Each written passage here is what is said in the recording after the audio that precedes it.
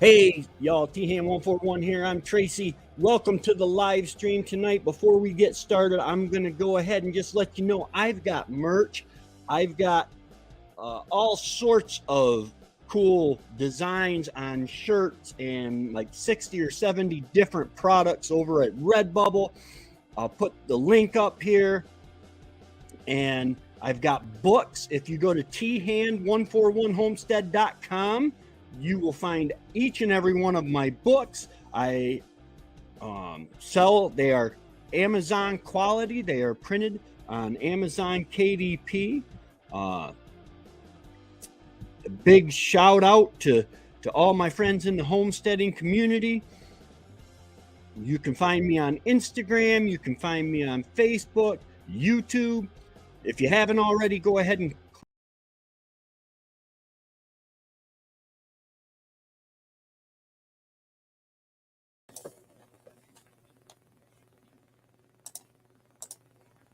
I can't hear you. It's like all the sound cut all of a sudden. Oh, Am I back? yep. Am I There you here? are. Yeah, I hear you, loud and clear. Can you hear me now? Yeah, Yep. my computer's acting up something fierce. Let me shut everything down. Well, welcome everybody to the Homestead Centric show. Hunting, yes. Yes. That's why I'm here. You said we were going to talk about hunting. Yes, absolutely. We can talk about hunting. It'll keep me from getting in trouble. First off, I apologize, Annie from Back to Basics Homestead. Apparently, we touched on some subjects that YouTube didn't find funny. I don't remember saying anything that I haven't said a million times on my channel, but they took her last live stream down, and I apologize for that. Remy, stop that. Hey, it's a competition, and I'm going to win. But I apologize to Annie for that. That was they. It happens. Yeah. I think it had to be very bad Yeah. for them to remove the video completely. We were talking. You would think so, but it was the in animals that we were talking about. You know what I'm saying? And that we were talking about hunting. And we were actually talking how her husband and her decided not to have pew-pews in the house. And so he is hunting with a crossbow. But I think it was the discussion on the medical field there that they gigged her on. And that's, I just feel horrible because, I mean, I was up there supposed to help her channel and I heard it. But well, it happens. She doesn't hold it against you, I'm sure.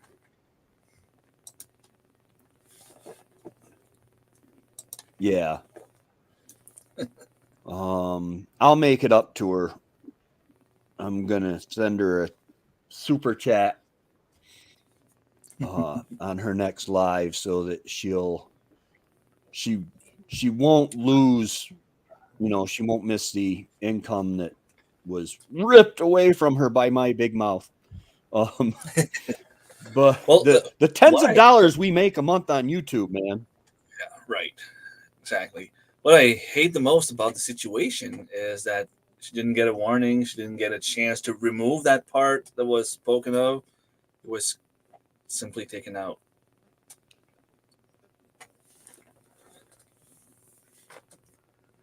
Okay, you're breaking up a little bit. Your voice. Oh, is it me? Yeah, I don't know if it's Mike. I don't know if it's you or if it's me. Because let Maybe me people in the chat could shut answer down. I that. usually monitor on YouTube. Let me shut that right down. Maybe that'll help it. So Suzanne. Okay, so they're saying they're hearing you fine. Yeah, it's probably me. I'll just shut down every other window. But I went to a spot. I got that onyx hunt, and I went ahead and paid for a year because all of the areas I grew up hunting and hunted my whole adult life are half an hour north of me. Yeah, it very well could be my equipment. But they're like half an hour north of me. And so I'm looking for new land to hunt. And even up there, a lot of it has been bought and purchased and posted and stuff like that. So I was looking for a spot closer to me, and about 5 minutes away, I found a state wildlife. It's not a refuge. It's just it's like a. I guess I don't know if they call them. It's state land. It's land owned by the state, which I don't know the legalities of all that, but you can hunt on it and stuff. So I went and I did a nice little loop around, and it was all cut right up with deer tracks. Nice. But it had rained earlier that morning, and I went out in the early afternoon, and it was already like walking on potato chips. The leaves were just way too loud, but I got some decent information, and now I can pretty much head to where I want to go and just sit now. And I should see deer. Nice. I'm going deer hunting in about 3 weeks. I'm so anxious. Can't wait. This is probably my favorite thing to do. Not because of the harvesting part, but mostly because of the family time and the time you spend alone in the woods. Yeah. You go grouse hunting, you'll be in a vehicle or you'll be walking, but you're just walking.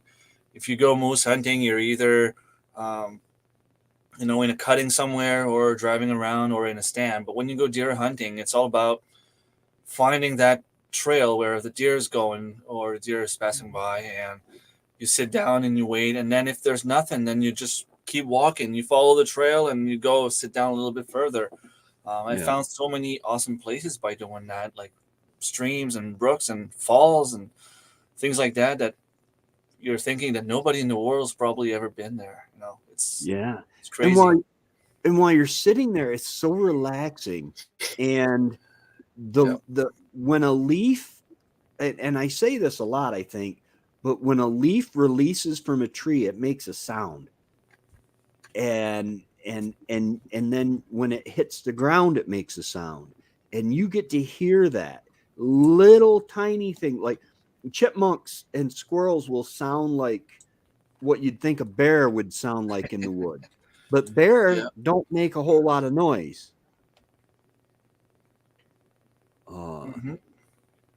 Yeah, Dave, there is such a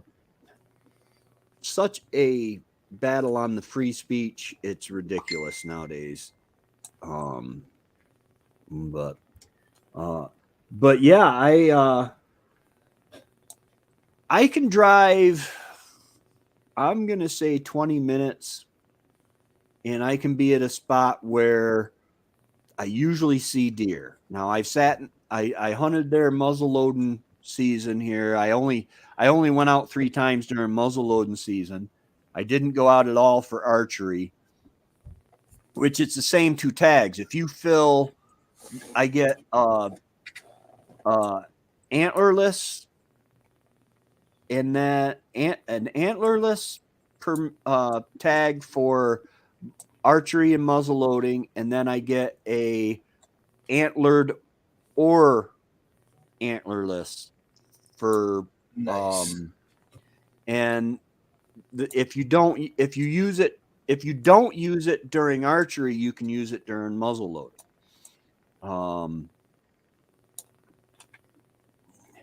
Hey, quiet listener, how's it going? Watching movies cuddled in a blanket with hot cocoa. I like that too. I'm just too lazy to make the hot cocoa. But Yeah. but yeah, just sitting in the woods.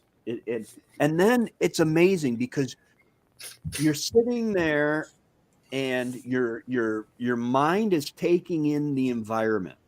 Your mind is taking in the trees and the leaves and the bushes and different shapes.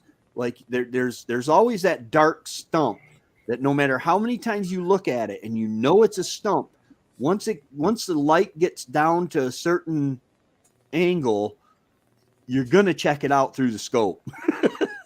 Because It's funny you say that because my brother was actually telling me a story about we used to go to the same spot. So we travel the same road during the day or evening or in the morning. It could be dark, but mostly like sometimes we pass by when it's still like light enough outside that we can actually see.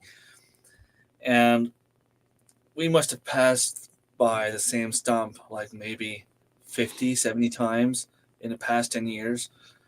And he tells me the story about how that time he the way that the sun was in the sky, he looked at that stump and it really looked like it was a deer with antlers.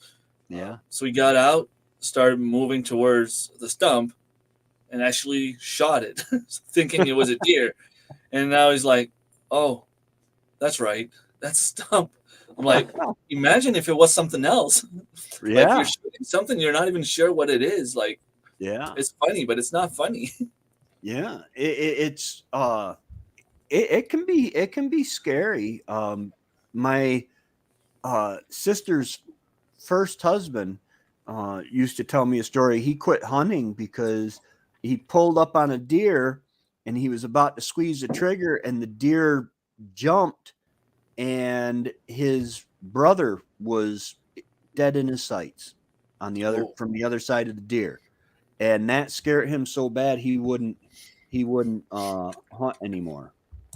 yeah, Um, it is always dangerous. I mean, you have to be careful and look at your environment the whole time.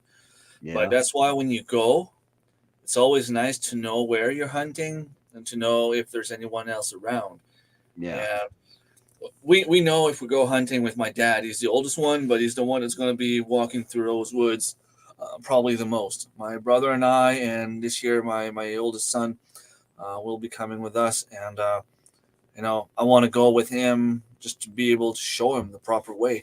And we know that my dad's going to be the one that we have to look for if there's anything moving in the woods. We usually know that we have to make sure we see what we're shooting at. I mean, yeah, it's logic, but yeah. Um, and the funny thing is you're sitting there and you're looking, and you've got the scenery almost memorized, which is quite the task for me because I don't remember much at all of anything. But and then all of a sudden you're looking and there's just something different, and all of a sudden there's a deer there. You don't see them. Usually I don't see them coming in. They're no, just they're just there. there. Yeah, And then your heart starts pumping. And I've heard so many stories about my uncles and my dad and my grandfathers where just exactly what you said. You'll be sitting there, just browsing around, looking at the same little opening in the trees, and suddenly you look and you come back, and like 10 feet in the middle of the opening, a deer is there. It's like, where did he come from? You would think they would make noise, or they'd be running, or no, Yeah. just boom, he's there. What in the world was that? I just heard a really weird noise, like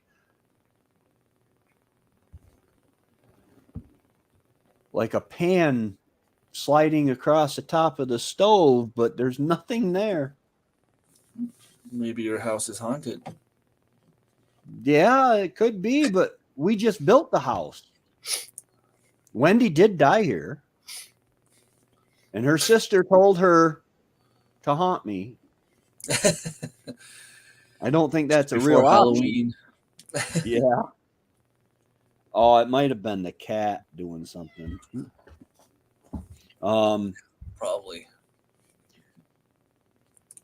They slide stuff all over the place. I noticed Handsome was having some blood in his stool, and so I started mixing a little bit of diatomaceous earth.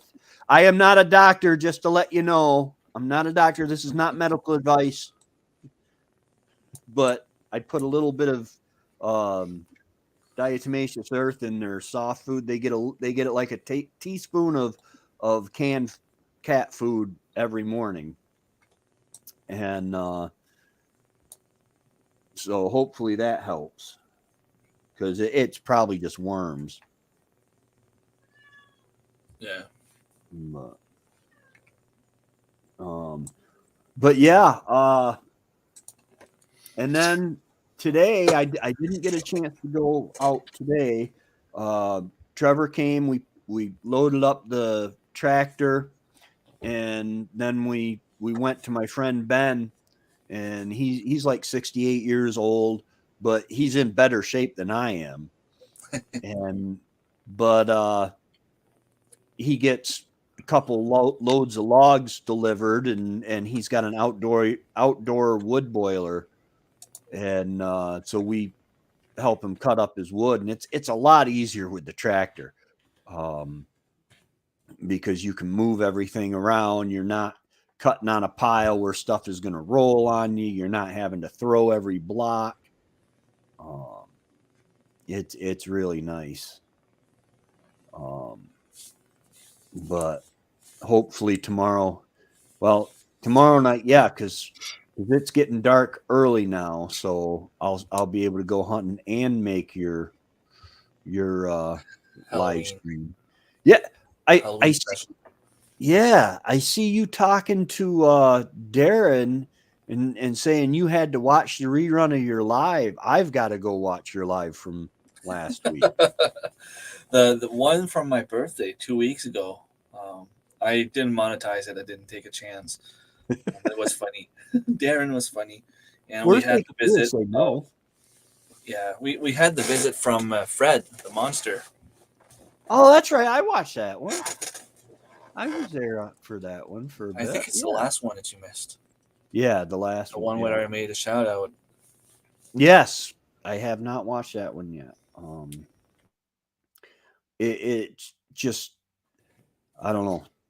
It's funny because I waste a lot of my time. I don't use my time well. But it seems like little things just pull me from one end to, away from stuff. And it's like, man, I don't have time. I don't have a full-time job. I don't have a part-time job. Homesteading is my job. I'm very blessed in that. And it seems like I don't have time for anything. I ask Trevor all the time, how do you do it working 12 hours a day? He says, I just do. He says, I don't get many naps. I said, therein lies the rub. That's the problem.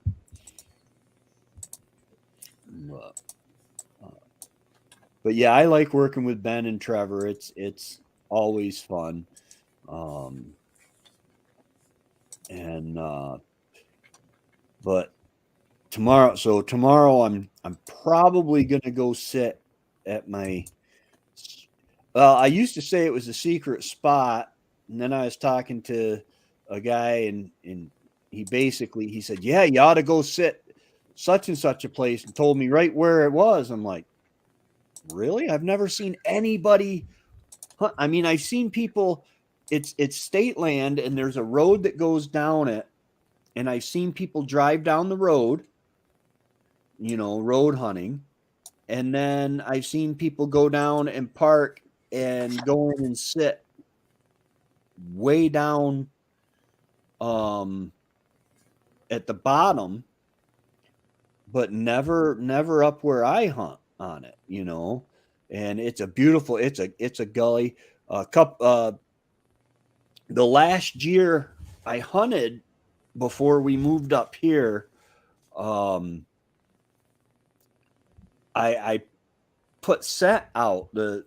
I used a drag, but I got lazy, and instead of taking and dragging the trail down out in front of me, I just picked up the drag and hung it in a tree right in front of me instead of like 20 or 30 yards out. And in comes this buck. And I'm like, oh, nice. And he is right on the trail. He's not leaving the trail. And he turns up and he turns broadside, and he's just slowly trotting. So I put my crosshairs on his shoulder, and I squeezed the trigger, and he jumped, and he's running, but his tail was up. He wasn't acting like he was hit. So I put another round in, and I squeezed the trigger, hit right behind him. And a few seconds later, I heard boom. And I'm like, oh man, somebody got him. So I said, well, in case I hit him high or something, I'm going to go ahead and track it out. And I tracked it down, and the guy was gutting him. It was a beautiful 8-point buck. Oh, that sucks. And I'm like, how did I miss? I know I was on his shoulder. Well, I actually dug the round out. There was a tree about 3 inches around. And when I squeezed the trigger, I caught that tree. Hey, Mahinen. Hey, Mahinen. And I actually dug my round out of that little 3-inch tree that stopped me from getting an 8-point buck. I mean, I would have never known how many points he had except the guy shot him, because I see antlers. Hey, that's a legal deer because you can't eat them, but it sure is nice to have a couple hanging somewhere, Yep, definitely. The first one I got, I remember it was back in 2014. That year I had my first moose, and I was going deer hunting with a friend of mine. I took the first week off, and I couldn't find anyone to come with me. So I'm like, you know what, I'm going alone. If nobody's coming, I'm just going to go alone. The first day, a buddy of mine sends me a message. He's like, if you want to go, like, I'm free tomorrow, I can go with you. I'm like, okay, good.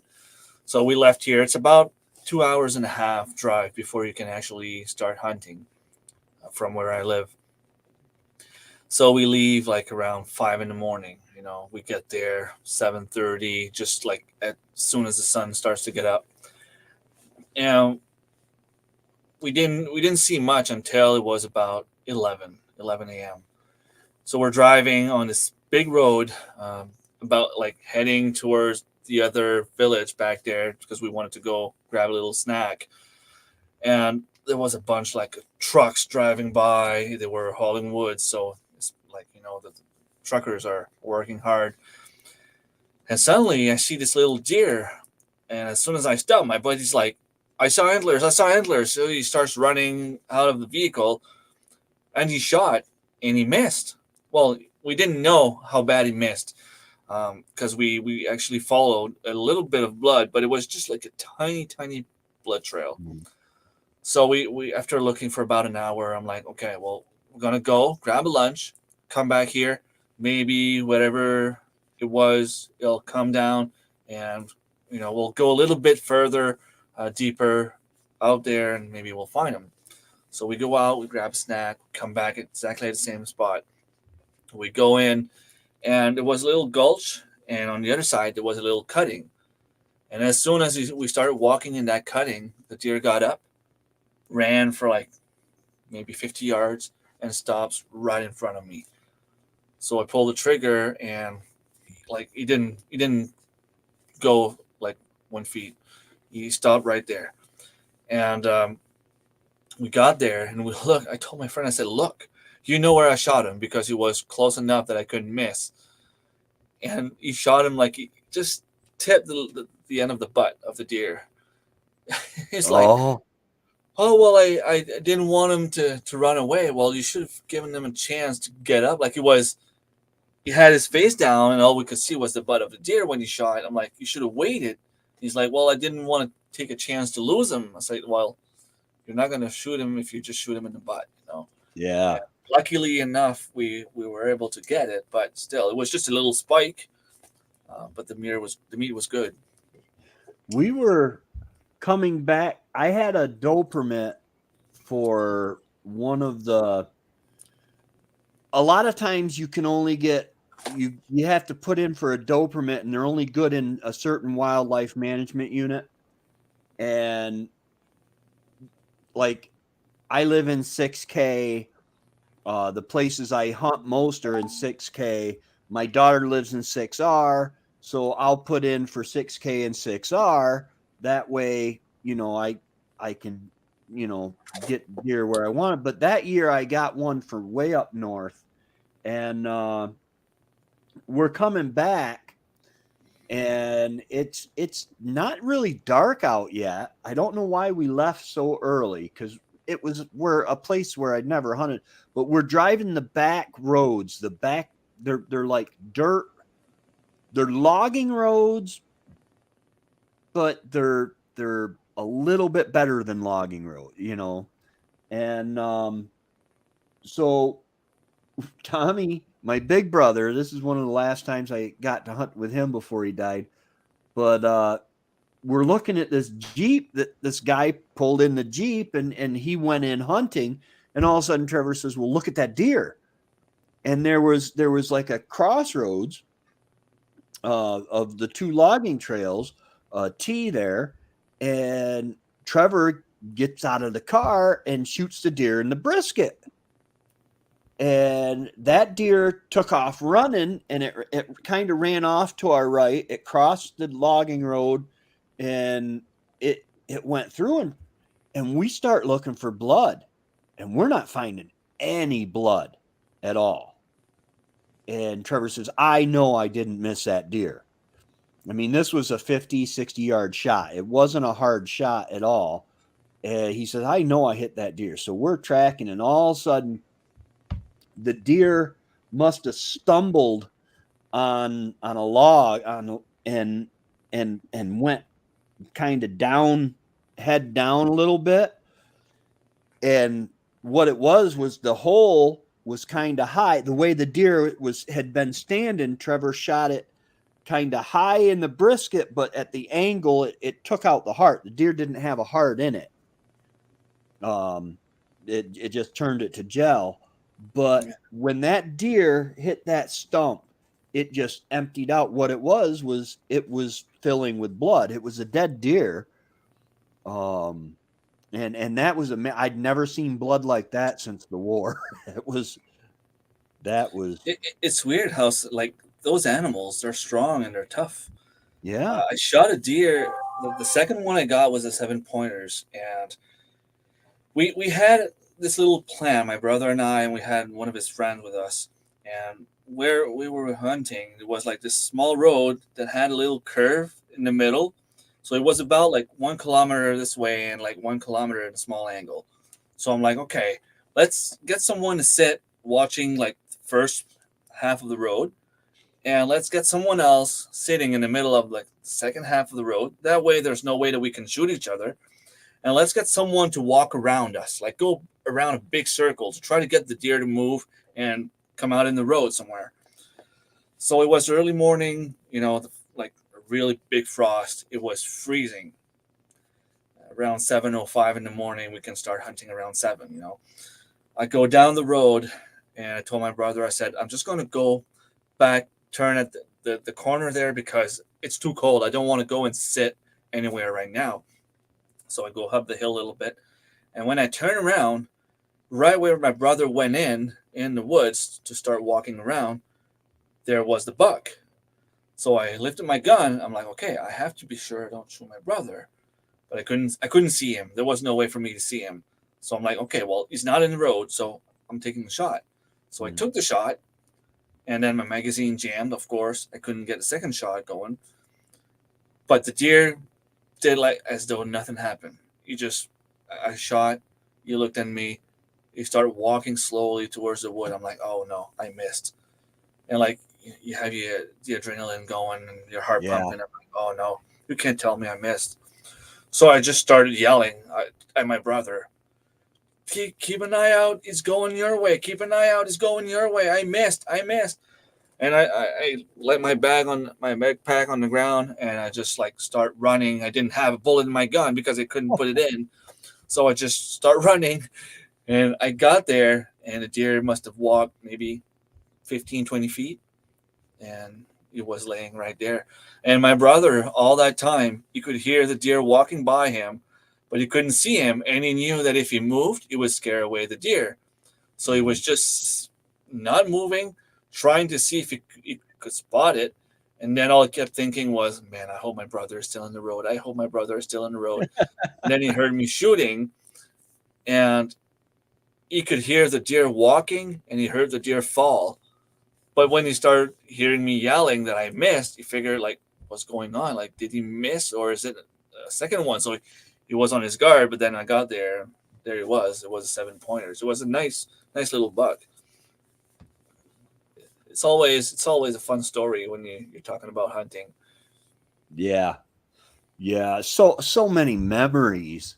And I remember as a kid sitting around the table, and my dad and my Uncle Ronnie or my Uncle Dick, they'd stop by and they'd start talking, and they're like, yeah, remember where Jamie dropped all his rounds in the river or whatever, and they're like, yeah, we're going there. And I'm like, I don't know where that is. I hope somebody tells me where to stand. My big brother, Tommy, we were hunting muzzleloading season, and we were doing a drive, and he shot a deer, and there was snow on the ground, and he hit it solid. And we looked and looked and looked, and the tracks disappeared. We could not find the tracks, and we knew where we lost the tracks, but we could not find the tracks. And Tommy's like, that stump looks funny. There's like a creek, a deep channel of a creek, and then like a beaver pond that was really shallow, had grass and stuff in it. Yeah. And Tommy says, man, that stump, he says, that doesn't look right. And my dad's like, well, he said, Tommy, if you go in there, it's going to be a problem. We'll get a fire started on the other side. So we went around and crossed and got a fire started. And Tommy stripped down and swam the channel. This is in like late December. Yeah, and it was the deer. He was like hunched over on this stump, and he dragged it out, and we got him pulled. Then on the way home from that hunting trip, my dad was old and an older man, and we were used to hunting from the mobile tree stand called Buick, and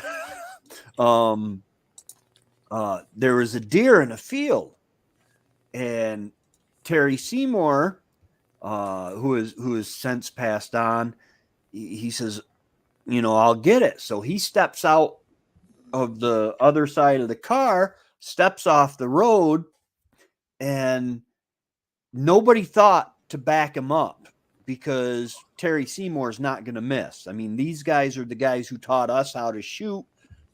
He's not going to miss. And it was that dark dusk. I mean, we might have had 5 or 6 minutes of legal shooting light left when it was muzzle loading hunting, and when he squeezed the trigger, it looked like a Roman candle went off, and the ball fell like, I don't know, maybe 6 feet in front of the deer. I mean, he didn't shoot low. The ball just didn't have enough oomph, because apparently when he loaded his gun, he didn't swab out the oil that he'd stored. So he had basically oily, wet powder, but it was hilarious. But nobody thought to back him up because, well, Terry's going to hit the deer, and One thing I learned with my dad, whether it was my first grouse or my first moose, if he has a chance to shoot before me, he's not giving me any chance. So I had to be fast and quick and do things the proper way because he's not letting me shoot first. yeah. So no matter what happens, I get out of the vehicle and I'm ready every time. Yeah. My dad, he had a 300 Savage, but it was a Model 99. It's a hammerless lever action rifle. And he had shot a deer and down behind the house, and he came home and got me, and we were going to go get it. And we're walking up to where the deer was, and all of a sudden, I always walk behind him because, well, he made me. But all of a sudden, that gun hit his shoulder, and it sounded like an automatic weapon. Bam, bam, bam, bam, bam, bam, bam, bam, bam. And I'm like, what in the world? And it was coy dogs and coyotes were on the deer. They didn't get a whole lot. Oh, they were after the deer? Yeah. Because the deer was laying there dead. Of course. And they were on that. We didn't find, hey Lynn, we didn't find any blood from the deer or from the coyotes or the coy dogs, whichever they were. I didn't really see them that good, but I've just never heard anyone other than the rifleman on TV, that old show with but I've never seen anybody shoot a lever action that fast. It was, well, it's pretty fast. Yeah. But some of my best memories, my very first taste of blackberry? It was raspberry brandy. We were actually, I think we were duck hunting, but it was cold outside. I've never been duck hunting. And well, I didn't have a gun with me. I was basically one of the there were like, I think me and Trevor, I think Trevor was there. We would walk up the creeks, which would flush the ducks, and then the guys with the guns would shoot them. And I got my very first taste of blackberry. Pa let me have a cap full of blackberry brandy or raspberry brandy, and it was so good. And he said, now listen, he said, you're not going to feel cold the way you normally would. He said, because that is in your bloodstream. He said, it thins out your blood, so you're going to feel warmer. He says, so he said, keep an eye on your fingers, Oh yeah, I love the Rifleman. Chuck Connors, yeah. Yeah. Shows like that taught values and right and wrong. And they had guns in them. I'm sorry, I love my guns. I love pew pews. Um, in fact, I think I'm going to make a video coming up here. Um, I used to every 4 to 6 months, I would take myself through the FBI qualification test. You can download the shot timers on your cell phone, and I've got all the I think the first one's like at 7 yards. You uh, draw and shoot, and then you move back to 10 yards, and then 15, and then 25, and then you end up shooting 60 rounds. And expert is like I forget what expert is. I think it's 58, 56 or 56 out of 60 rounds in the target. And it's fun, but 60 rounds of ammo, that can get expensive. Yep. Oh yeah, John Wayne was the awesome. He was the best. And westerns are good. I like westerns. We were watching. My nephew Trevor's son is got a bow, and Trevor used to shoot archery competitively. He did really good in the junior things, and then he kind of got out of it. He kind of grew up, and but we were watching Fred Bear shooting a polar bear with a bow and arrow. Throwing sticks at bears is not my idea of fun. I mean, he had shot 3 bears prior, or 2 bears before this, but he did not count them as a archery kill because when he shot them, the bears would charge him, and the guide would have to shoot him with the gun.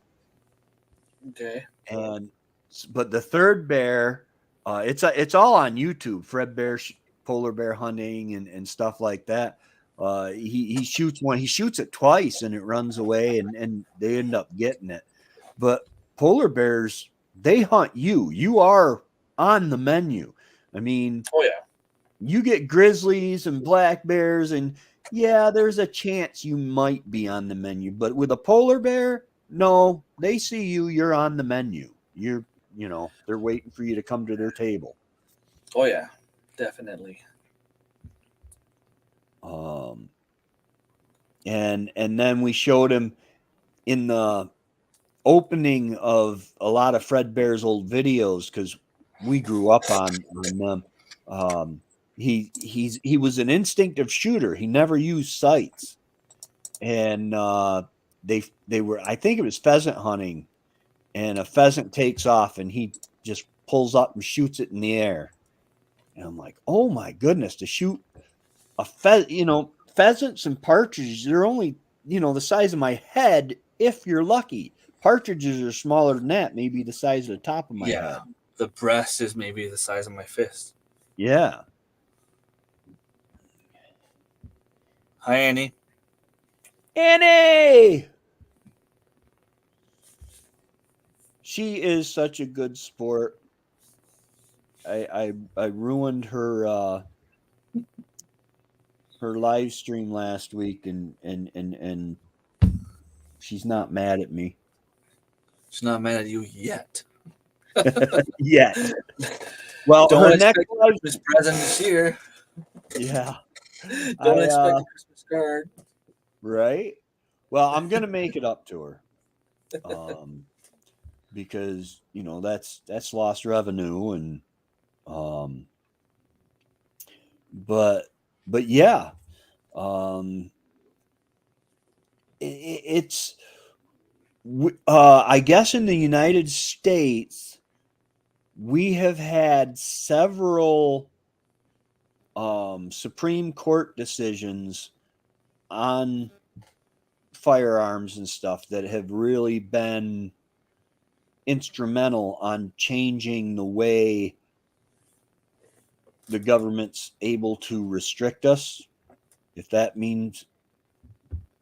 Um, and I was watching the other day that Bruin um, versus New York State, I guess it was, because New York State had a um, they have a law that when you get your pistol permit, you get basically your permit to take your pistol to um, hunting, fishing, trapping, and target range,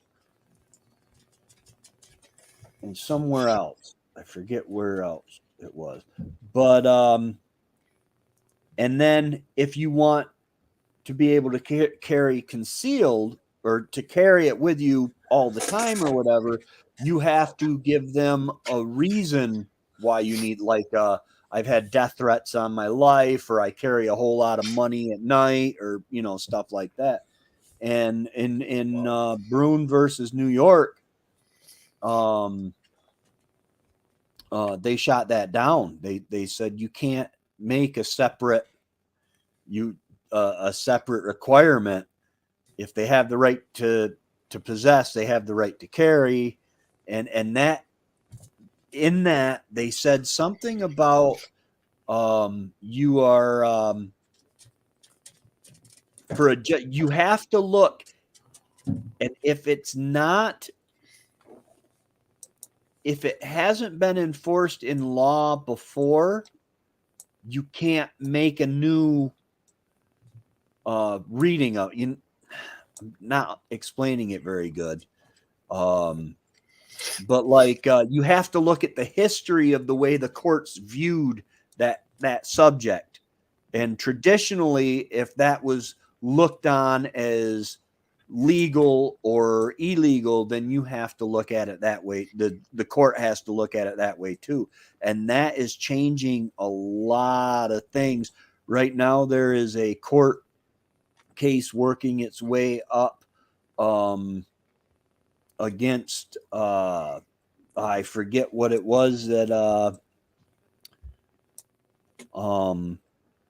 Hochul just tried to impose. Our new governor tried to impose a gun control method, and I am all for being safe, because if you're not safe with a firearm, you're an idiot. You know what I'm saying? You Yeah, got should to have be. it. But some of the stuff going on, and yes, I also want to bring up, keep praying for Maine. They did have Yeah, an that was active just shooter, awful. and it was horrible. And violence like that has no place anywhere. No. There's just no reason for it. Um, and people who do things like that should be punished severely. Yep, But I'm not a definitely. lawyer. I gotta say stuff like that now. I'm not a lawyer, not a judge. That is just a personal opinion. Yep, just a personal opinion. We love you, YouTube.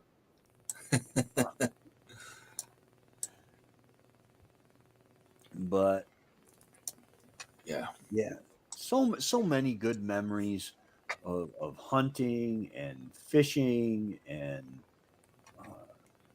just being outdoors. And the other day when I was still hunting, and was still hunting, I take 2 or 3 steps slowly and quietly. Hey Peter, how's it going? Right?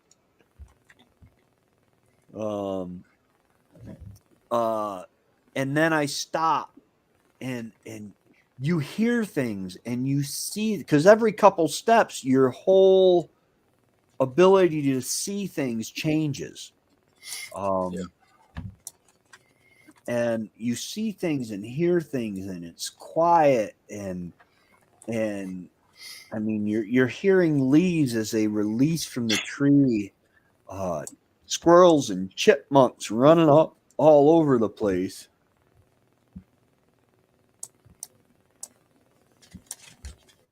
Yep, that's oh, what is his name? He's got that deep voice. Sam Elliott. Josh, Josh Turner, maybe. I don't know the country singers. Robert. It's Billy Bob. Hey, did we find out who which team won yet?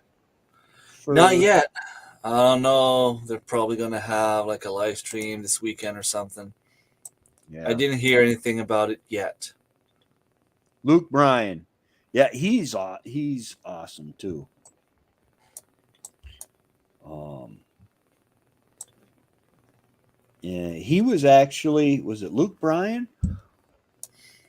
One of them guys. There's a whole bunch of the stars and baseball players and um, Willie Robertson and them. They all go hunting, and it's your tradition. If somebody shows up in a rental vehicle, if you rent a vehicle and go to their hunting camp, buy the insurance because they destroy the vehicle.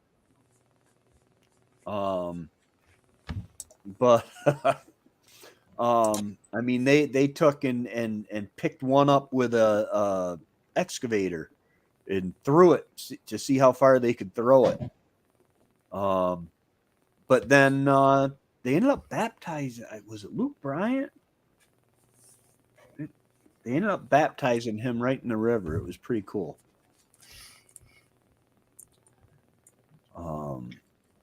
But yeah, we used to watch the hunting videos and stuff, and I see your kids out there hunting with you, and I'm like, oh, dude, you're doing it right. That is so Yeah. awesome. I'd rather show them the right way, especially Anthony. He's been like I remember when I was a kid. Um, I mean, I'm talking like when I must have been around I must have been around 10 years old, 9, 10 years old, because my brother was 4 years younger than me, the one that passed away, and he would watch this Quebec show called Les Sentiers Chasse et Pêche. I think it's like um, hunting and fishing show there from the Quebec side, and there were always like hunting moose and stuff like that. And I remember my brother getting on like the little counter table in the middle of the living room with his moose collar and playing that he was a hunter. Was And he better at calling than I am? he probably was, but he's not here anymore.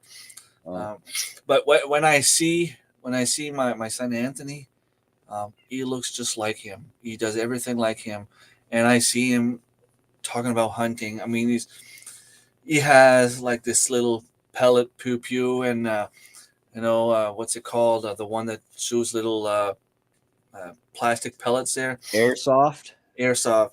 They got one of those as well, and he's had those like the little bow that's like for 10 years old and over or whatever. That doesn't really can't really hurt anyone. It's just like to practice and stuff. Yeah, But he's been going in the garage trying to hunt the mouse. He's got a few mouse. Actually, got a few ones. nice. Um, but he just loves hunting so much. And um, I don't remember if it was Thanksgiving or maybe when my grandfather passed away. I asked my dad. I said, Dad, Anthony would really like to come hunting with us this year. He's doing a whole lot better in school. Like he's really taking himself like control of his education, and I think he deserves this. What do you say? Like, would you accept if he wanted to come? And my dad, like, of course, like he's 15. Yeah, He's at that age. Plus, the week that we're going, it's a Memorial Day in Canada. On Mondays, not going to school, and on Friday they have teachers meetings and stuff like that. So you would only miss 3 days, and it doesn't cost more to bring him or not. Like, I mean, it's still going to cost the same amount of gas. He's going to bring his food. He's got the bullets and the rifle already set up for him. Um, he's just going to bring his clothes, and where we're sleeping, there's a bunk bed in my room, and my brother doesn't want to sleep with me because he says I'm snoring too much. So he sleeps on the couch. Um, so Anthony's going to have a place to stay. So we go moose hunting, and I told Dad, I said, yeah, it's a good thing we are bringing Anthony for deer hunting instead of moose, because as you probably know by now, we've had a moose like 15 minutes in the hunting season. And my dad's like, what do you mean? I'm like, well, Anthony's coming deer hunting with us. It's like, he is? Yeah, you said yes the other day. Oh, I'm either losing it or I was too drunk to remember. I'm like, well, is it still okay? He's like, yeah, of course. I'm happy that he's coming. But he didn't remember. But it's cool that he wants to do this, and I want to be able to teach him the proper way. And I bring them grouse hunting. I don't even bring my pew pew. I just go with them. I teach them the proper way. Brother and sister. I mean, Alexa's 19 years old. She's going to be able to go on her own anytime soon. She just needs like the proper paperwork. But I just walk behind them and I check what they're doing, and I try to show them, okay, you should look like in spots like this, look in places like this, try to listen. You might hear them walking, things like that. And it's so fun. Like, it's a father lives for moments like this, really. Yeah. And for people that believe that hunting is just about killing, it's not that. No. It's really about the bonding of father and son, father and daughter, mother and son, mother and daughter. Um, it's really about the time spent with the family. I remember going hunting with my grandfather, and now he's passed away. Now, and that was 10 years ago. He was walking in the woods, and time goes by very fast. But I will always remember that time. My brother caught a 14 points deer one time. Nice. After he was hunting in a specific place, and there was this old guy that had I don't know what it's called, but he had like a bag. He couldn't pee on his own. He had colostomy bag. Well, no, catheter bag or yeah, colostomy. catheter. Yeah, and the guy was supposed to be back, and he wasn't. And the guys that were with him were like worried because he's got that. He might have fall somewhere. Maybe he's hurt. Maybe he's lost. They didn't know. And my brother was like, well, you know what? Like, he looked at my dad. He's like, we have GPS. We have compass. We have to go. Like, we have to go and help them out. Like, we have to make sure that this guy is okay. Right. So they go in their separate way. My brother Patrick is the one that ended up finding him. And he says that when he found the guy was laying on the ground. He had made a little fire. That's how he was able to make it straight to him, because he could smell the smoke a little bit. The guy was getting weak because I don't know if it was diabetes or something like that. Anyway, that his blood sugar was getting low and he needed to eat something. So my brother had a granola bar. I gave it to him. He's like, okay, well, I know exactly where we are. Just follow me and we'll make it right to the road. And on his way back, he didn't have as much stress because he found a guy, right? So he was looking a little bit more around, and he saw some nice deer scraps and stuff like that. Yeah. So he told my dad, he said, tomorrow morning, I want to go there. And my dad dropped him off. He didn't want to at first because my brother back then was like, he had just turned 18. He was just like officially illegal to hunt alone that year. And I was at work, so I couldn't go, or I might have been in college back then. But my dad wasn't really happy about the idea of leaving my brother alone there for the day while they were going somewhere else. And my other brother was still alive at the time. Was like, Dad, like he was able to go in the woods and find someone that was lost. We can trust that he's gonna find his way back here when we come and pick him up. 15 minutes later, he was walking in the road, going towards the little spot where he wanted to go, and this 14 points got out in the middle of the road. He unloaded right on him, and he had this walkie-talkie to call my dad, but it was in the spot where the reception was really bad. So all my dad could hear was, you know. So my dad's like, okay, well, that's Patrick. Well, we're gonna go around and see what he wants, or at least get closer so we can hear what he's saying. And they got there, and he was sitting in the middle of the road with the deer 14 pointers right there. Like it fell right there in the middle of the road. So it was a pretty interesting story, especially since like he kind of saved that man's life, and he was Yeah. rewarded with the monster deer the next morning. Yeah. That's awesome. Yeah. Yeah, my sister-in-law thinks hunting is easy because Trevor took her back when we were members of a hunting club. Um, uh, Trevor took her hunting, and he filled his doe permit with I guess it was a little button buck, but it was, he just wanted meat in the freezer. And so they had that in the back of the car or truck.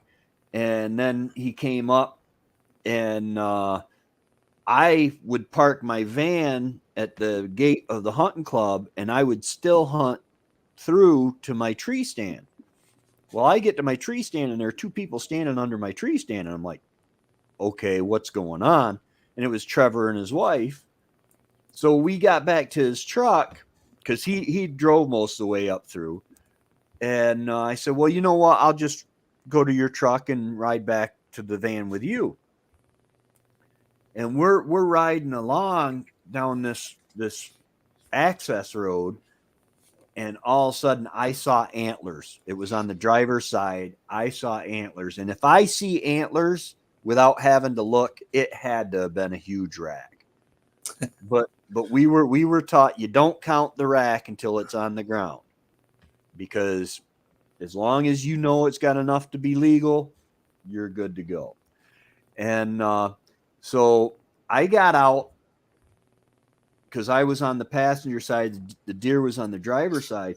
I got out and I put the gun up because it was legal to shoot this act. It was like a private road access road thing. So it was legal to shoot from the road. And so I pull up and I can't see anything. My scope was all fogged up from being in the warm truck.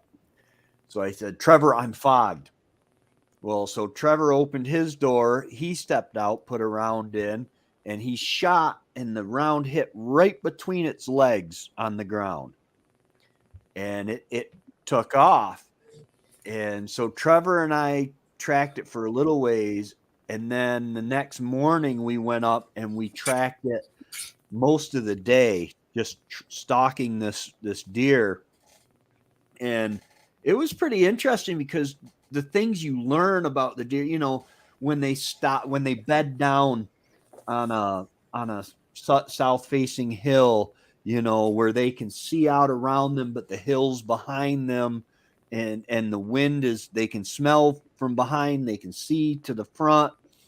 And then some coyotes were on his trail for a while. And it's just so cool when you track and you can find out so much about the animals. A But deer, deer. a deer buck is probably one of the smartest animal out there to escape predators. Yeah. You said earlier that you had a buck following the trail. Most of the time, the bucks will not follow the trail. Yeah. You will have the main trail where all the does walk, and the buck will be probably going around like this so that he Yeah. doesn't get caught in the trail. If there's any downwind. coyote out there somewhere, the coyotes will follow the trail. You will not be in the trail. Yeah. It's That's why the deer is so hard to get. And I heard the same comments that you did. People saying, "Oh, deer hunting must be very easy." We Yeah. go.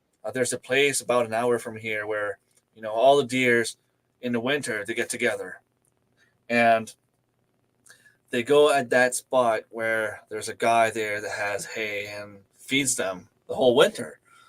So the deers go there. They feel safe, and they're Mhm. like, "We go there. There's like 100 deer. It must be easy to hunt." Yeah, but what you don't understand is those 100 deers that you see there, it's all there is. Yeah. They all gather there, but they're probably within 100 square kilometers around.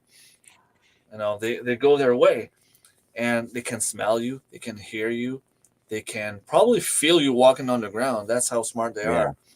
And you can only hunt the bucks. You have to be sure that you see the antlers. Yeah. Uh, you know, it, You, it's not easy at all. This no. year, luckily for us, we have 2 doe tags, which is a first. We can go at whatever we see is what we Yeah. can go for. But who knows? We might end up Yeah. with a fawn. If you came home with meat every time you went out hunting, it wouldn't be called hunting, it would be shopping. Yeah, Um, or and farming. yeah, or farming. Like I said, I've been out 6 or 8 times, which I hunt locally. I come home every night. Yeah, Um, best thing to do. and I have to go for a sec. I'll be right back. yep. And I go out and I've been 6 or 8 times. I haven't seen deer one. Well, okay. I was driving home on Route 26 on the highway. And I mean, it's not a huge highway, but it's a highway. And I saw some deer in a field, but they don't count. I didn't see any while I was hunting. Um, but and the whole culture of hunting and fishing, it's not about the kill. In fact, and it's not about hurting animals. We do our best to make sure that they are humanely dispatched. The I would rather shoot a deer than to kill something the way beef in the factory farms is killed. I mean, that's just my opinion, but it's um the factory farms, the slaughterhouses, and all that is just so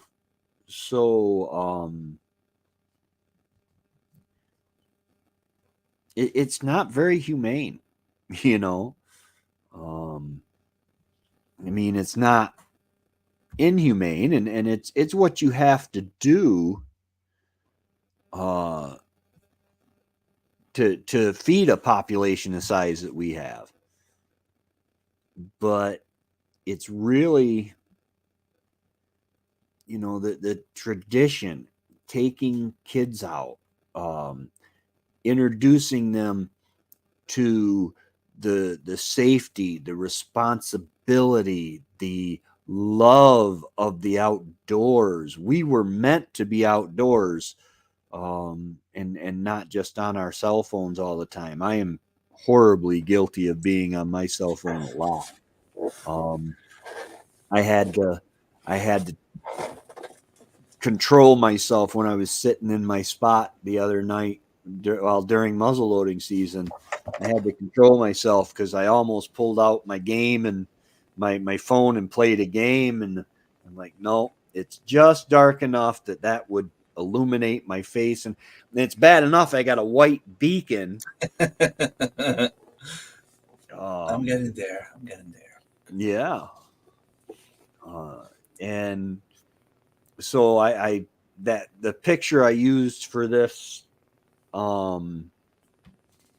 for this thumbnail for this is got me. I got my it's a hoodie type thing but I pulled it up over my beard so that I'm not standing out quite as much.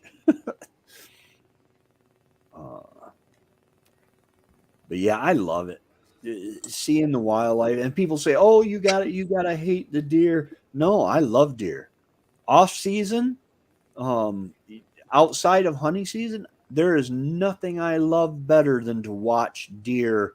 To watch, if you get the opportunity to see um, fawns playing or stuff like that. My sister-in-law was a wildlife rehabilitator, and she like the mother would get hit and they would find the fawn in the brush next to the road.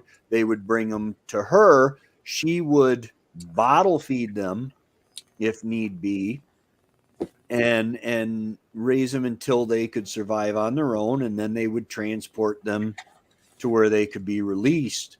And they were, my sister-in-law still to this day an avid hunter. But there's a love for nature and appreciation for it that you gain while you hunt.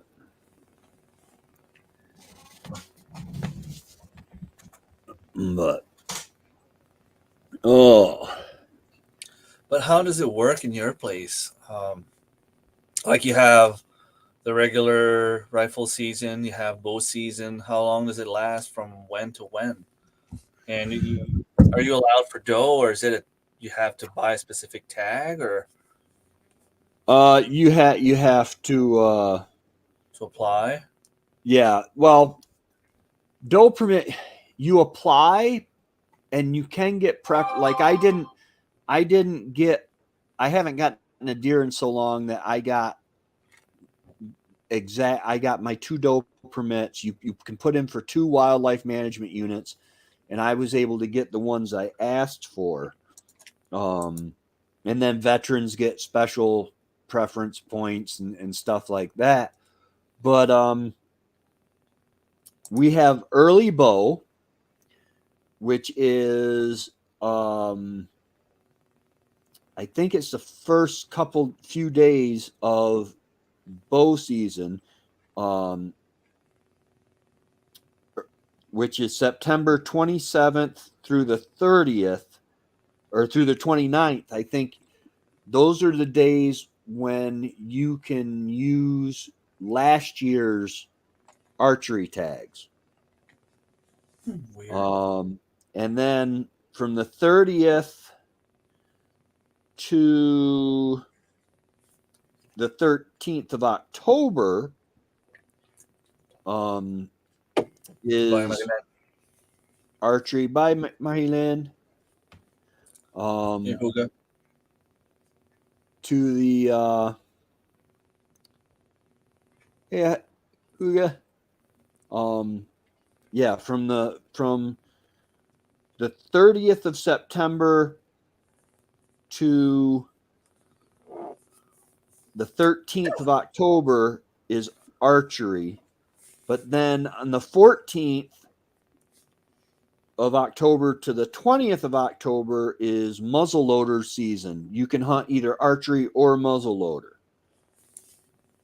And then the 21st of October through December 3rd is rifle season. To December 31st? 3rd. December 3rd, okay. Yeah. And then I think there might be a late archery or a late muzzleloading season in some areas after that. But so we get a pretty long season. It's complicated. Yeah. Here in New Brunswick, I know it's not the same thing across Canada, but here in New Brunswick, The province is divided by, I would say, I think it's 30 zones, maybe.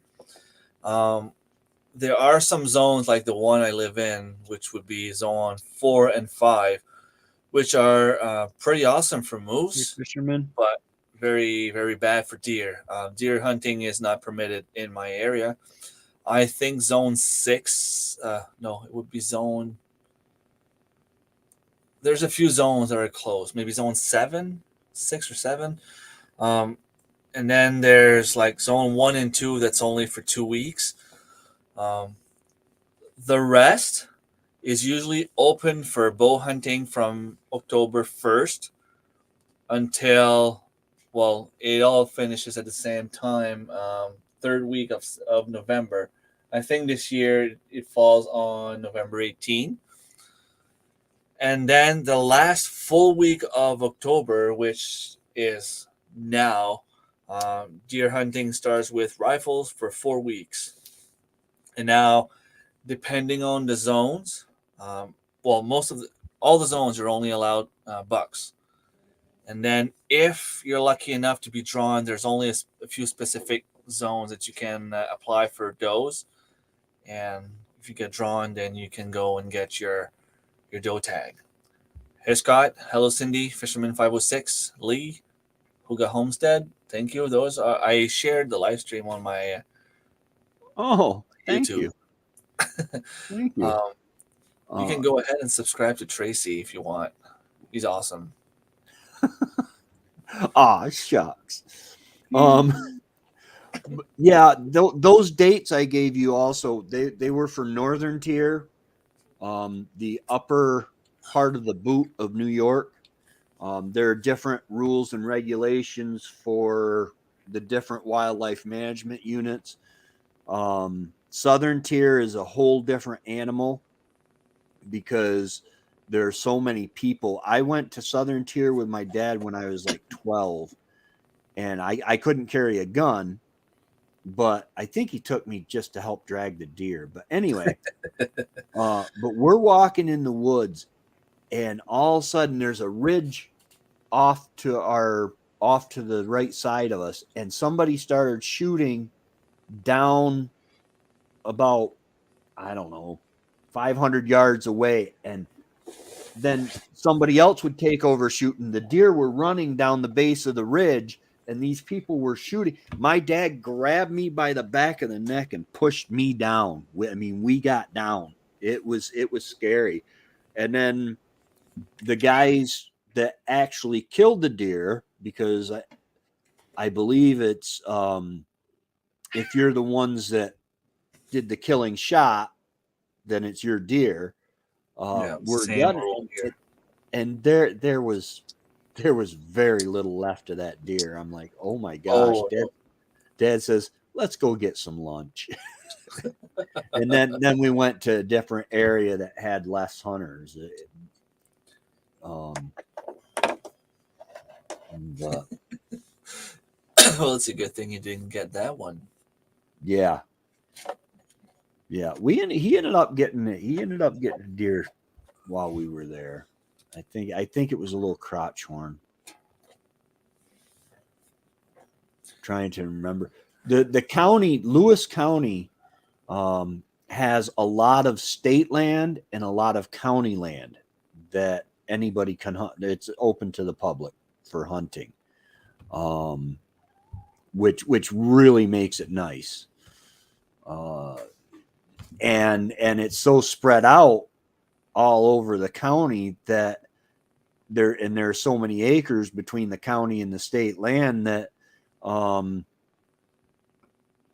you don't have the hunter density that you have in the southern tier. That's one of the problems we have here in the province. The crown lands are full of people because obviously, since there's a few zones that are closed, all those people all go to the same spots where there's a lot of. It's not even crown land; it belongs to Irving.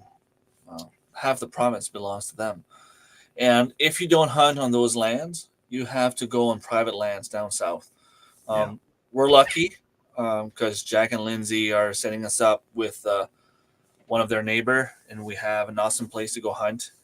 And my dad, that's always been the kind of guy that moose hunting is for family members. If you're not part of the family, you don't come moose hunting with us. He made an exception for Jag and Lindsay. They can find us a place to deer hunt. We will bring them with us. If one of us gets a tag for moose, they're invited right away. And that coming from my dad meant like, okay, he really loves deer hunting to that point. It's a good, I think it's a good deal for the both of us, especially this year. We were invited by someone else that's not part of our group. And Jack and Lindsay are still going to end up with about 200 pounds of moose meat. So nice. Can't go wrong with that. Can't go wrong with that.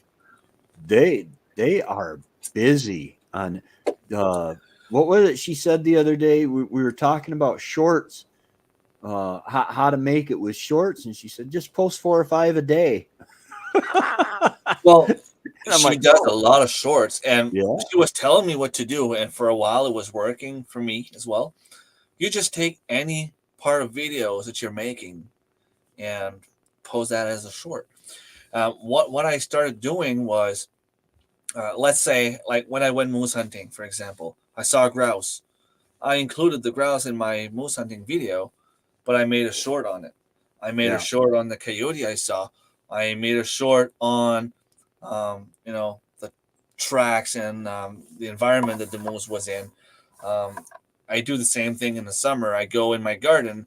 I'll make a short about the bees that I see. I'll make a short about all the squash that I have. I'll make a short about, just showing the garden in general. It's all about making shorts about every single aspect of your video. And turns out that it's working great because I did it even today. I have a short about, let me check. Last time I checked, there were over 2,000 views. Last tomato harvest. I made a video about me putting the garden to rest and, emptying my greenhouse. I filmed all the pumpkins I harvested and a few tomatoes. 2.5K views on that one, and putting the garden to rest. Just the tarp, just showing the tarp on top of my garden. 2.4K views. Wow. We were talking about that. What's his name? Nick Nimmin was talking about that Opus clip. And I tried that with the free trial. Hey, how's it going, Sarah? And it's really nice. Makes it really easy because what you do is you just transfer you put the link to your video or your live stream or whatever in their thing, and then 20 minutes later, 30 minutes later, it comes up with a bunch of shorts, all graded for which one it's like a viral count. Like you'll get 99% and down. And then you can adjust them and stuff. And then all you do is download it and post it to YouTube. Or if you're doing the pay thing, you can just transfer them right to your YouTube channel or Instagram or TikTok or whatever, and it makes all these shorts. And we were talking about it because TubeBuddy has a similar thing that will give you suggestions. So you go to the suggestions, then you should have a copy on your computer of the video you uploaded. You go to that and you just take out that clip between the times of the suggestion and change the proportions to, I think it's 9:16. And it's a little more work with YouTube, but I'm already with TubeBuddy, but I'm already paying for TubeBuddy and using uh, a bunch of their things.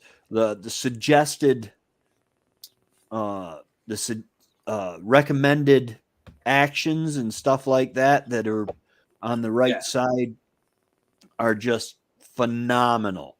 I go yeah. through, I get like 6 out of 9 because I don't go for a like on Facebook because most of the time I'm scheduling uh, my Yeah, your videos to come videos. out. But you can share them after. You can just go after. Right. That's what I do. I go after, like, I might be a month late. I'll go, oh, okay, last one I shared with this one. So now I can share all those ones. Boom, boom, boom, boom, boom, and I share them. That's what I did yesterday. You've probably seen a few of my videos being shared on Facebook. Yeah. No worries, Tammy. No worries at all. Uh, but but yeah, and that's the thing is you don't think about it is like this live stream. We've talked on 6 or 8 different subjects. I mean, Yeah, a lot of them around hunting, but we've talked about our nostalgic past in hunting and memories, and then we've talked about different stories. stories, deer habits, and stuff like that.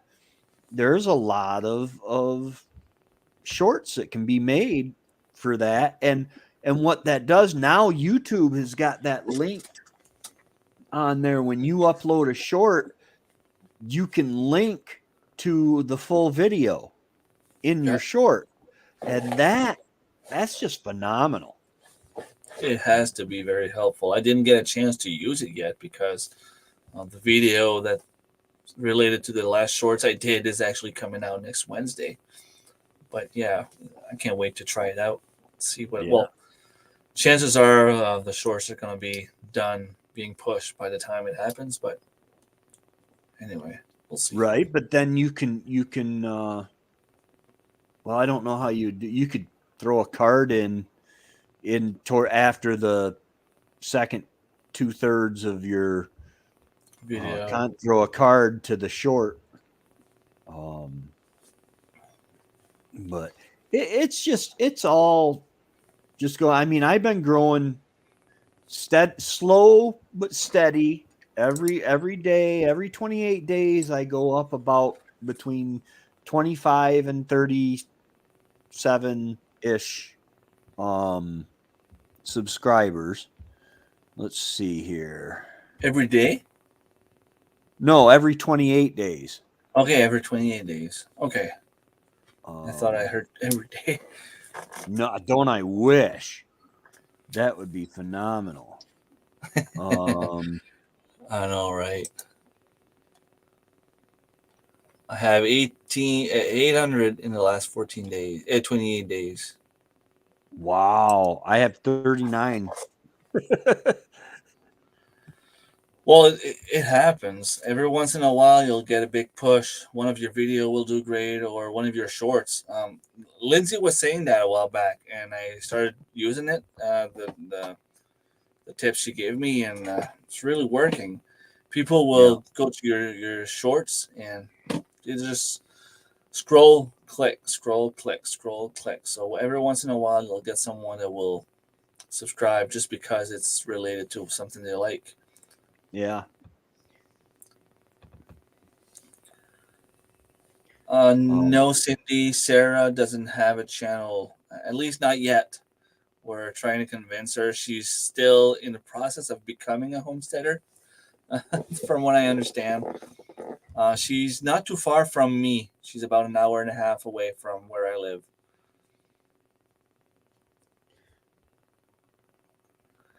I don't do camera. camera shy. Come on, a face like this, and I put it on camera. You can't be nearly, you know, Hi, Melissa. Melissa. How's it going? Go on Tracy's live stream. I just put it there just to give myself something to share. I think I have more watchers than you. That's not fun. That's not fair. No, it Go on doesn't Tracy's doesn't live matter. stream. Doesn't matter a bit. I got 13 right now, and we've been going for an hour and a half, so that's pretty good. You have 13 watching at the moment? Yeah. Oh, that's nice.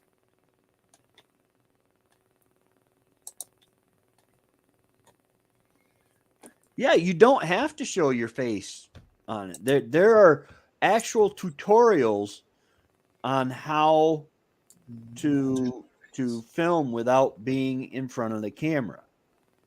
However, I gotta say, my thumbnails that have my face on them, whether it's my, I've got, I went outside one day, not this past summer, but the summer before, and I took a bunch of pictures of me in different positions, like in, weird positions, and I just use them over and over and over. I see that, and I was looking at that the other day. I'm like, did he really use the exact same pose, the exact same pictures for the last like 10 thumbnails? You should change a Yeah, little bit. Just do a different one. yeah, yeah. I need to I, make some more. I need to my make some for sister-in-law is winter. actually a professional photographer, and I asked her if she'd be willing to do that for me. And she's like, "Yeah, sure, come over anytime." Yeah, but I have to know what to wear, like how to I w- look. I would suggest making a summer one, some summer ones, some fall ones. Find out what kind of poses you need, like uh, with the pointing in some way. Yeah, You're trying to bring attention to something in your back in the thumbnail picture. With the that oh my gosh look on your face or whatever, and do those in several different outfits, like one for summer, one for winter, one for fall. Oh, I would not wait for 30. I just do wouldn't one wait and for put it 30. on. Just do one and post it. you, you were not looking at the screen. I was making a bunch of different poses. Oh, ah, You'll have to rewatch. yes, I will. Oh, Yeah, I know what you mean. Like just do it in the summer, do it in the spring, in the fall, in the winter. Um, I also George. I also want to go and like last year I did a video about when I went up the mountain here in the winter. But I want to do a video for every season here and promote my area. Um, Yeah. this will not only be a good thing for my channel because I would show people where I'm from, but it would also be good for people in the area itself. Um, Mhm. where there's a lack of staff everywhere. We're missing people in the hospital. There's people missing in the grocery stores, in every restaurant. And I think that if we could show the people what this place has to offer, maybe we would be able to bring in a few more people here to come and work. Um, we have a few pharmacists that are coming from Nova Scotia, which is 6-7 hours away. Um, and by doing those videos, if you show them what we have to offer here, maybe it would bring people here, because we live in a small place, right? And people believe that up here there's nothing. I hear friends of mine that moved away. They're like, I'm not going back home. There's nothing to do. What do you mean there's nothing to do? I can go to the Paramount. I can go buy grocery. I can go buy clothes. If I don't find what I want in a store, I'll just order it online. I can go do ETV. I can go mosquito drive. I can go hunting. I can go fishing. I can go for a hike. I can go for a walk. I can go biking. I can go skiing. We have a ski resort right here. I can go camping. I can go for a drive and have one of the nicest view in the whole Mhm. world. We have the Restigouche River that's known worldwide. Where we can fish salmon, trout, um, bass. There's so many things to do.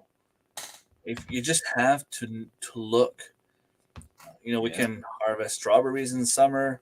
We can go fishing. We can harvest raspberries, blueberries. So many things. We can play hockey. We can play sport, like any kind of sports. Um, I don't understand when Canadians people. like hockey? A little bit, yeah. Have you seen that Shorzy? Oh my goodness. Letterkenny and Shorzy. Oh my goodness. I love them. But yeah, we're actually having it's like a second burst of color change in the leaves this year. Hmm. It's like all the soft maples and maples and all started changing, and they got the peak is usually around my mom's birthday, early October, and now there's a whole another one. The beach and stuff is starting to turn. Um, yeah, found a weasel trying to get to your chicken. That it I hope your chickens are okay, but that is YouTube gold, Yeah. especially in the homesteading niche.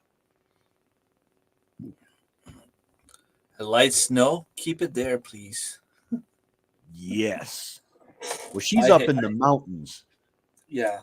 Did I say that I miss my garden already? It's gonna be a long winter. Yeah. Yeah. I've got to build I'm going to build some raised beds and kind of ditch the back to Eden garden. Um it's just too much area for me. I'm just not going to weed it. After all this time, I'm not good at weeding. And with raised beds, I'll be able to weed eat around them. um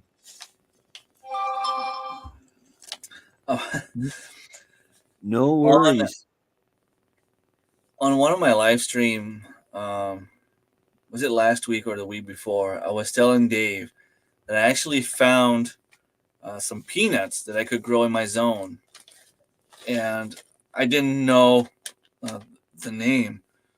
Um, it was right there in front of me, so I found it. Uh, these ones, Arachide.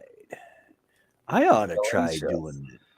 Arachide is the name in French for peanut. Valencia. So it says that it can be grown in most parts of Canada, and it's 100 days to maturity. Little change of subject, but I had it there No, and I wanted that's to talk about it. I miss my garden. It was funny. I was Trevor and I today. We were doing wood. A friend of ours every year we help him cut up his wood because he's an older gentleman, and um, we found a couple zucchinis, and I'm like, and he's like, "Oh, I didn't even know those were growing there." And so I picked one up, and it was like half cut in half with a knife. And he's like, "Oh yeah, I threw those out there the other day." He says the seeds will they'll grow. I'm like, "Okay." Cindy, by the way, tell your sister to either write me or Annie because she wants some stickers on one of my live streams. I'll be right back again. Okay.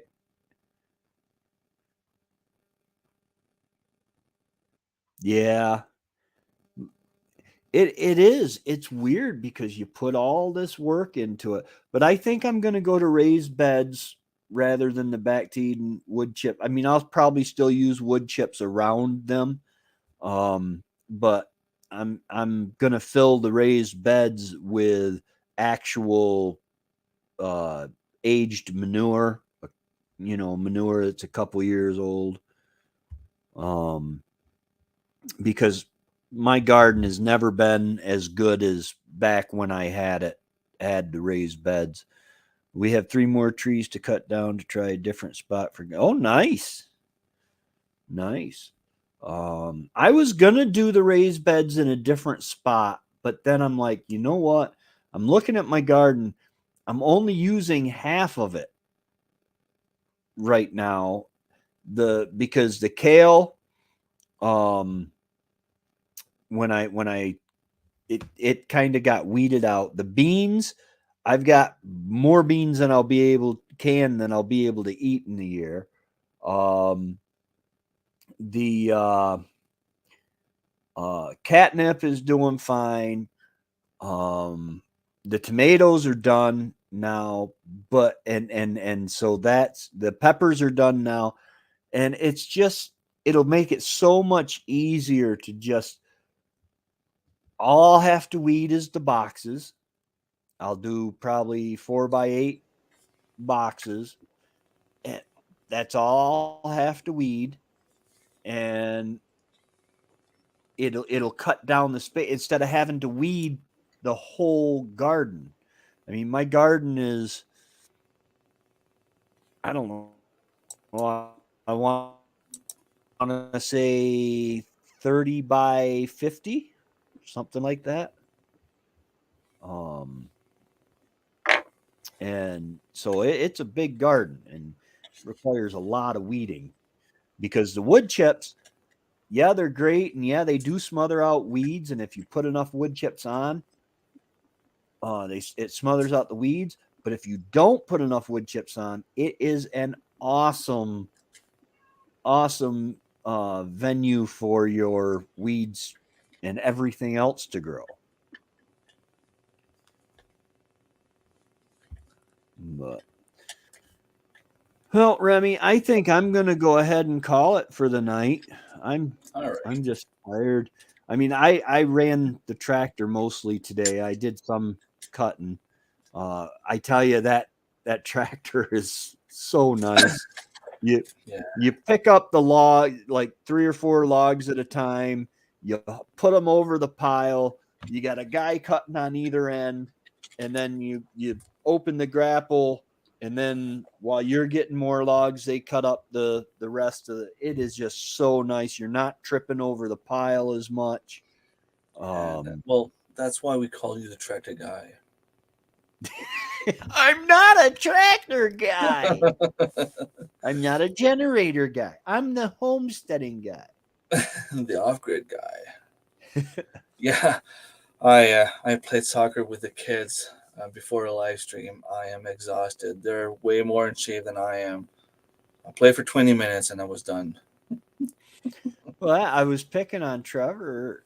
Trevor said, "Hey, don't pull the tractor forward," because he was in front of the tractor. He said, "Don't pull it forward while I'm walking." I said, "Why? If you fall, you'll just roll."